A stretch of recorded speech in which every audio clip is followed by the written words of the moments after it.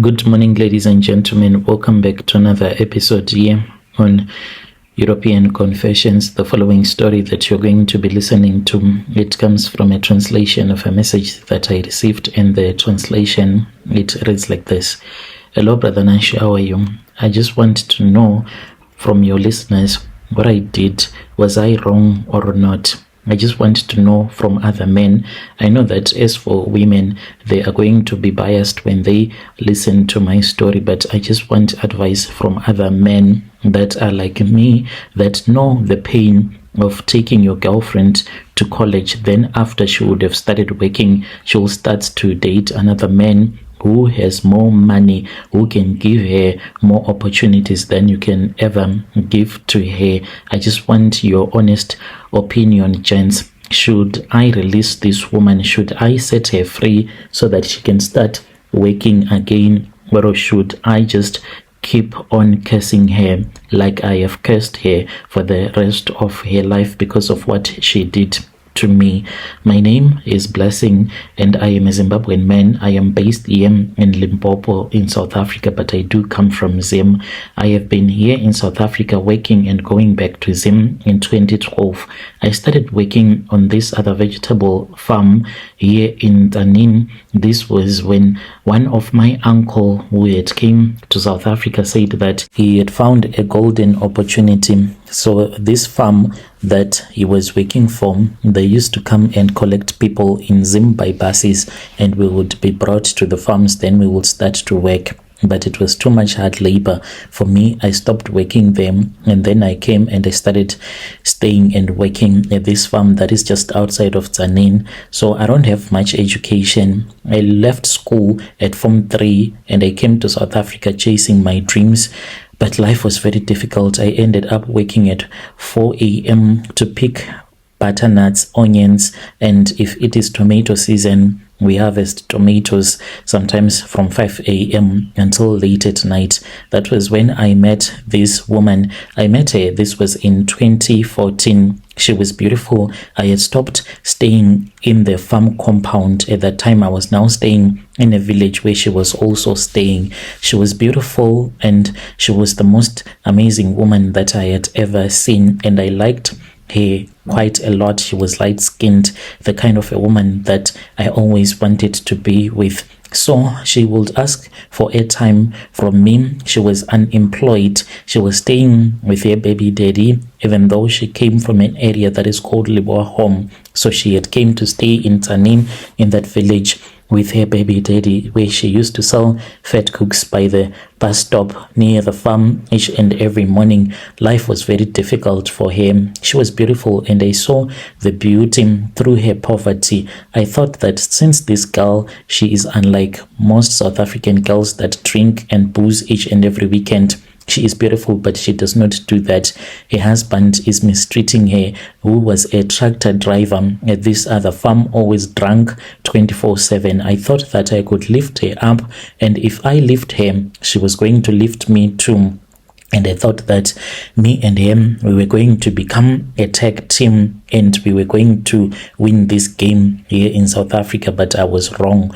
So when I started to date him, I quickly found out that she had a dream. She always wanted to be in the health field. I then told her that for a start, she could apply and to work for this program that they call EWP, Extended Work Program, where she could apply. Then after that, we can look for other opportunities. But the problem, she did not even have data. Brother Nashi, I used to go to this other internet cafe, which was very far, and apply for her things, submit documents under her name. She had no high school certificate. I was like, God, this is the woman that you have provided to me. She is uneducated as I am uneducated, but through her, you are going to bless me abundantly. I had my own dreams that I wanted to achieve in South Africa, but I could not achieve those dreams since I did not have a citizenship here. The permit that I was using, it only allowed me to work on that farm only for only a year.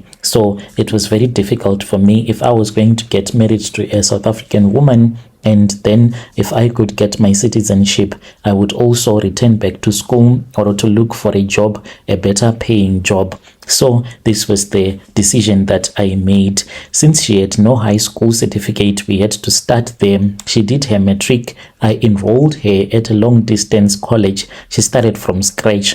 I paid the full tuition, which was 4,200 rands from the money that I got from picking tomatoes, which was very difficult.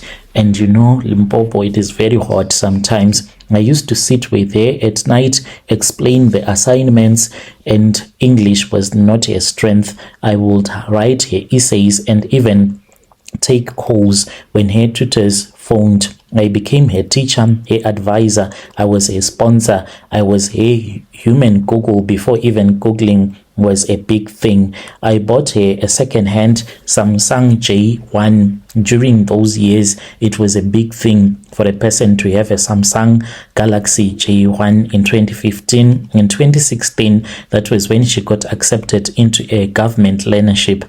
I was proud. Me and her, we danced throughout the night. We went and we bought our cake, which was a celebration, a Black Forest that we bought in Spa. She cried in my arms and she said, Mina, I will never forget what you have done for me. You are my everything, my African king. She promised me that when she got a permanent post, she would help me to raise the money that will be needed in order for me to go and give to her parents. She would marry me. I was excited. Finally, a South African ID through marriage. That was every Zimbabwean man's dream here.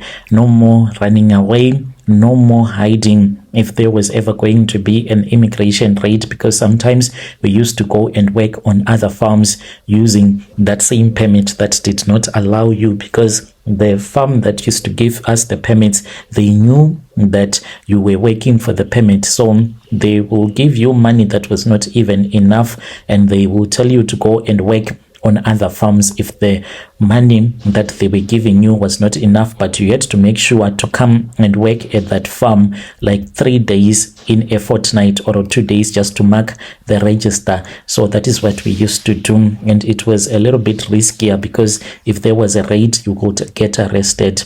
So that December, I used my 7,000 rands that I used to get at the other farm where we used to work picking up tomatoes. We used to get 7,000 rands in bonus, and that was the money that I used to spoil her. And she was supposed to be staying now in Polokwane, where she was going to be studying while she was on her learnership. So I had to buy her a suitcase, and I had to buy some groceries for him. I still remember that we traveled from Tanin and we went to see the room that one of her relatives had gotten for her in an area that is called Westernburg. It was a small room, and I had to buy from the bed, the blankets. I even had to travel with a big bag of potatoes that I had stolen from this other farm, butternuts, a sack of onions, cooking oil, and I paid at least rent for him for 2 months. She cried again, but I did not know that this was the biggest mistake that I had done of my life. In 2017, things started changing. She was now a city girl. She started being too busy, always saying that I am too busy, I'm at the clinic, I am on the call, I am tired. I later found out that she was dating a South African guy who worked at Telkom, those ones that travel with big baggies that are written Telkom, a guy with a car. She told people that I was just a Zimbabwean guy whom she had dated when she was desperate, and now that she had a life in order, she did not need me anymore. She even told her own cousin that ended giving me an STI after I had slept with him because I was heartbroken. She told me that she had been told by my girlfriend that I was just a good idiot who knows how to pay for school but not know how to keep a woman. In 2018, that was when I asked him about our marriage again. She laughed and she said, "Blessing, we are from 2 different countries. You are sweet, you are a good guy, and I'm so sorry, but I need someone who can match my level." Now it was about level's name. She forgot who used to help her, who used to do her assignment, and I was even prepared to write the matric exams for her because she was not that bright. I snapped. I went to this other old man back in the village in Chivi, where I do come from. He was a traditional healer. He is a blind man, but this man, he can see you even though physically he's blind, but spiritually he says that he is not blind. He traded his soul and he gave it, he says, to his ancestors that made him to be physically blind so that he can see things that will happen in the future before they even happen. So that was when I told him everything, and he said, no, do not even worry. She is like a bird who has found her strength, who has found out that now she can fly. All that we are going to do is to clip her wings just a little bit and see what is going to happen to her. Then I paid him the money. I had 400 rands that I gave to him, and I returned back to South Africa. He gave me a small bottle of powder, and I was supposed to print a picture and to mix it. I went to this other internet cafe where I printed out one of a picture that I had in my phone, and within a month she lost a job. She started drinking. She moved back to her auntie's place where she is staying. The last that I had, she is in Lewa home staying with her auntie. She failed to stay with her parents. Her boyfriend left her after she soiled herself in his car during a blackout when they had gone to drink alcohol. So this is what I did to her. I really do not know if what I did was wrong. I was in pain. I still love this girl. I love her with all of my heart. I just want advice from other men out there. Ladies, you can keep quiet because I know that you are going to support one of your own. Should I release her from this curse that I did set on her? And to other ladies out there, if you do not love a man, please just make sure that you do not spend a lot of his money when you know very well that one day you are going to move on with your life, and never allow another man to take you to school when you know very well that you do not want to be with him for the rest of your life, because one day it is going to hurt that man when you have all graduated and you are now working and you think that maybe you are much clever, and this guy, he is stupid because he took you to school, he upgraded you, therefore you are going to be with men that you think that are more educated. Like in my own situation, it was a 50 cent type get rich or die trying. I tried. This was my only opportunity to get what I wanted. I loved him and I thought that me and him were going to have a family together. But the girl, she was just lying to me, and she made fake promises to me that one day she was going to make me to become her husband. If she had not done that, I tell you, me and her right now, we could have gone very far in life. Maybe we could be owning a house, we could be having cars, but because she was very selfish, and when she started working, when she was staying in Westernburg, she started meeting other men that proposed love to her, and she forgot about me. She forgot about the girl that she used to be selling magwenya to farm workers. How much did she used to make? Maybe 30 or 40 rand a day.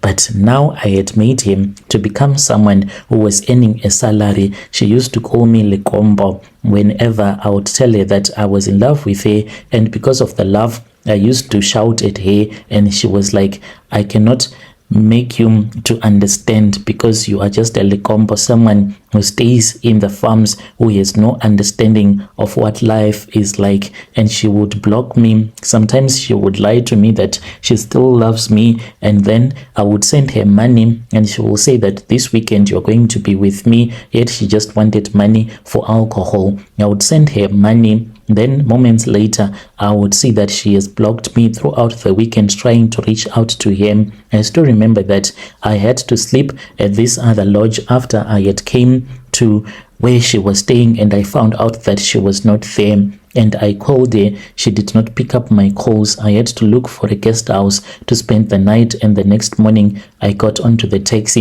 and I returned back to Zanin. You see how cruel she was to me. Yet she used to be someone that was very beautiful and kind, but she was now a heartless woman after she had graduated and started working permanently. When you post my story, please tell me. I'll be following through in the comment section.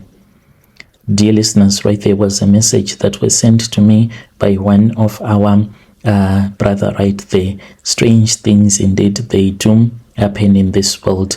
He wants to know what he did. Was he wrong, and is he supposed to release this woman? So let us try to speak with him in the comment section.